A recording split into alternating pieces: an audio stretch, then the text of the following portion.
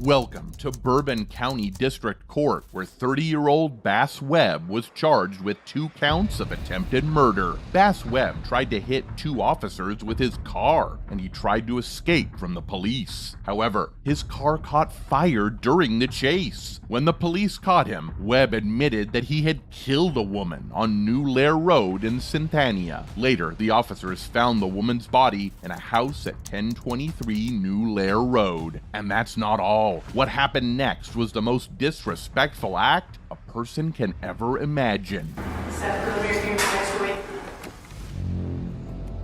Bass Webb was in court to face accusations that he tried to run over Deputy Ryan Barkley and pretrial officer Josh Mason as they stood outside the Bourbon County Jail. Judge Dixon showed her aggression and hate for Webb in the court. She didn't even want to see him in further proceedings. There's no way I want to try this case or have any further proceedings, or I have to see you for one further second.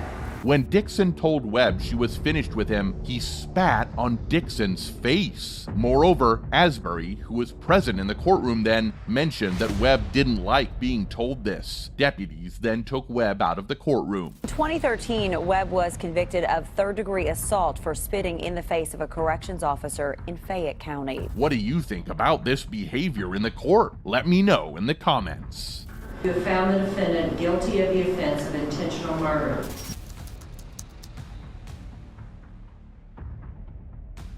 Now, we're at the Jackson County Circuit Court, where Jacob Larson was charged with a personal protection violation. It happened with Judge John McBain. He granted the order against Larson because the woman said Larson had been stalking her for about a year. She detailed 2 visits Larson made to her workplace. He stayed for hours. He left flowers. Her managers and police told him to stay away from her. You're out there hanging out at her place of employment. You're putting things all over her car. Her managers have got to come in there and ask you to leave.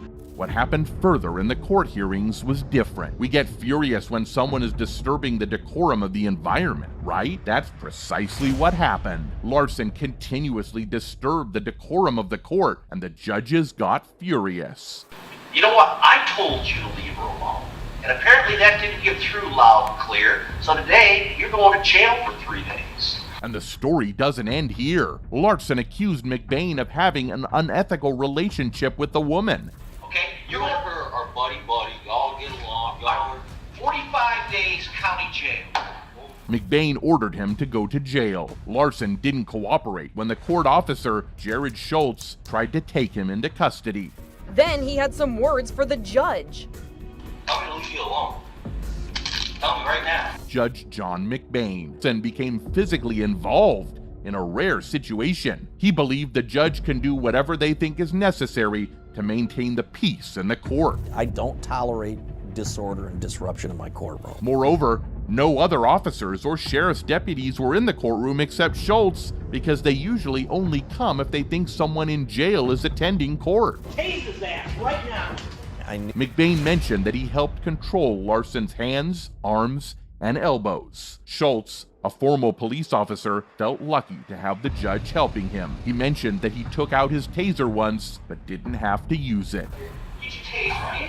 I'll bust your fucking arm. When McBain clearly warned Larson to avoid the woman, he openly used unacceptable words. Larson, she's instigating it. Look at her pictures with all that makeup and her hair done. The full 9. McBain tried hard to prove his innocence in the court. Larson kept on making allegations against him. McBain accepted that his daughter had some history with the woman, but he didn't know her personally.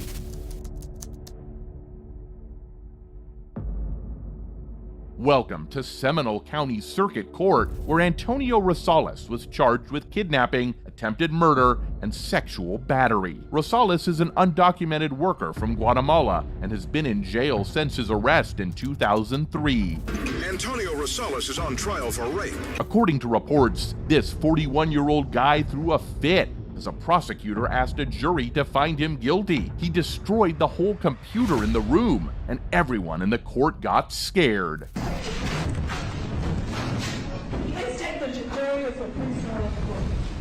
Judge Deborah Nelson walked away briefly and suspended the trial for the rest of the day, and luckily, no one was injured during that incident. Further, in the next hearing, Rosales told a judge he wanted to be left out of the courtroom because he said he might lash out again. Initially, a team of deputies brought Antonio Rosales into the courtroom wearing a bizarre mesh head covering and a mask. Authorities said they put it on him after he threatened to spit at people.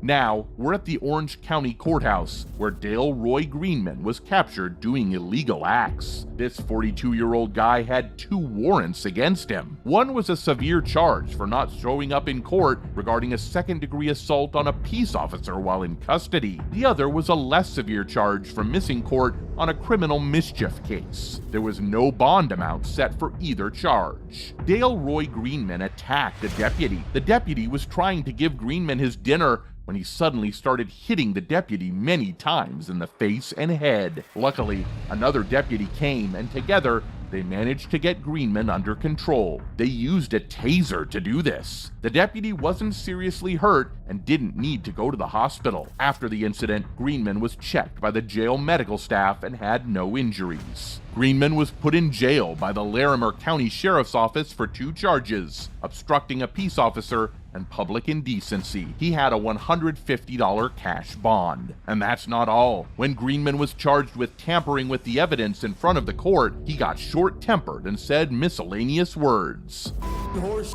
you do whatever the you want. Excuse me? My name is Mr. Greenman. I'm the federal witness of the United States federal government. I demand some respect, you.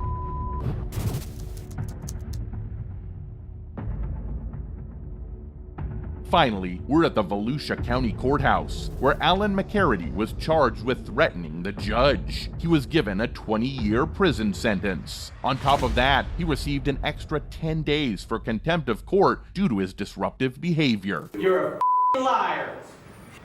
Quit wasting my time and bring him in. Before he got arrested, McCarty lived in Milton in Santa Rosa County. In August, a jury found him guilty of 2 charges of making threats or extortion and 2 charges of corruptly threatening a public official. He had threatened Judge Stacia Warren. McCarty threatened Warren because he said his kids had been taken away from him. Yeah, there's about to be a crime that's going to happen if my kids don't come back to me, you stupid bitch.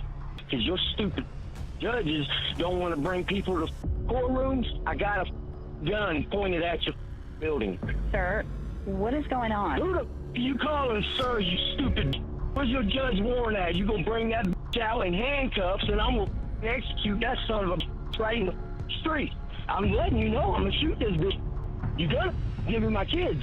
And what happened in court wasn't normal. McCarty couldn't contain his anger for long. Is that what you're gonna do?